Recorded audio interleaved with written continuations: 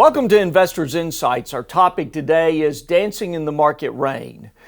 Today we're going to be showing you both the pros and cons of what's taking place in this market and how the news is in conflict. We had a great debate this morning and we want you to participate in it. And also at the end of this, we're going to have a call to action for you as well. So on that note, Adam, start off because you brought forth the sunshine, I guess, in terms of unemployment. Talk about that. I want to talk the strength in the labor market right now. So in September, 136,000 jobs were added. It's worth noting too, in the previous 2 months, that 45,000 was revised on that number. So jobs number that we already thought looked good looks even better now. Healthcare being the biggest gain. Okay. Let's also talk about unemployment rate. It's down to 3.5%. That's the lowest it's been since Joe Namath and the New York Jets were reigning Super Bowl champions. Go Joe. For those who aren't football fans, that's 50 years. That's a long, long time. So average hourly earnings is up 2.9% year over year too. The combination of those two, why is that important to the markets? Well, that makes us see and realize that the consumer now has purchasing power. They're going to be putting money back into the economy. So that's a great thing moving forward. Yeah, so that we've got those indications. Yeah. Ashley, more sunshine. Oh, absolutely. Trey will talk a little bit more about the Fed in a minute, and you'll see some of that on Wednesday. But on Thursday, the Fed part you may miss, which is really important, is that Randall Quarles, who's the Fed vice chair under Jerome Powell, there's a vote that they're taking on Thursday where all banks less than $700 billion in the United States, they could significantly relax the capital requirements on. Here's why that's important. If they do that, those middle market regional banks that we're very familiar with, and there are a ton, they do a lot of lending to companies that really matter, that turn around and order stuff from other people. That could be a huge sort of hidden liquidity push into the economy that could really help us at the end of the year.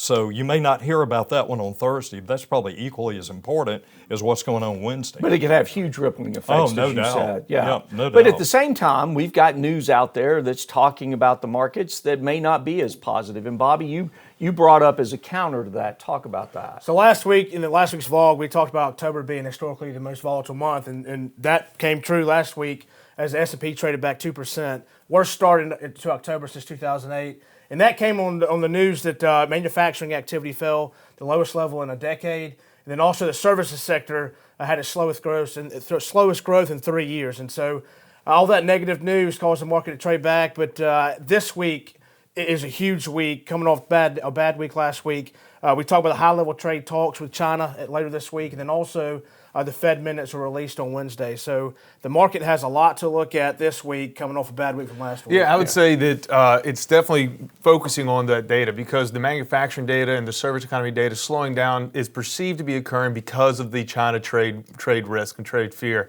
And this week, the Chinese Vice Premier Liu He, as we had talked, sorry if I'm mispronouncing that, Mr. He. You're doing great. Thank you. As close as we can get, I guess. But expected to resume discussions with very high-level U.S. Trade negotiators. If those go well, that we perceive that those manufacturing drops would be temporary. Also, I'd like to remind people this time last year, the S&P 500 was trading at around 2901. Right now, we're trading at 29.52. We've gone a long way. In the fourth quarter last year, the market dropped around 20%.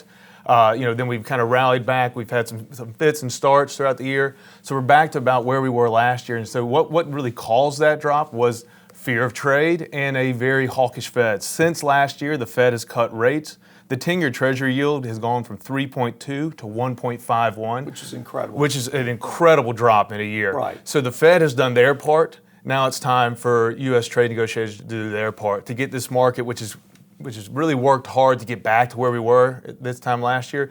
Let's see if we can get the next leg forward. If things come out negative, we already see the manufacturing and service economy dropping, so that would perceive that may continue to fall. Yeah. So the demand for hiring is still out there, based on what Adam's saying. Liquidity could come in the market at low interest rates, where businesses go. We want to borrow. We want to continue to grow. We got to find the people to hire, but we want to do that. And from a historical standpoint, October has always been volatile. It just may be more volatile this time. Is everybody in agreement? Yes. So we had these debates, and we wanted you to see that. And we also want you to share it. Our call to action is please take this information as we relate it to your portfolio, as we relate it to what's going on in the economy, what you're hearing in the media.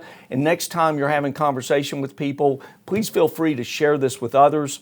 Several of you have done that, and we greatly appreciate that because it's opened up doors for us. And at the same time, we're frustrated educators, and we like to share information with others.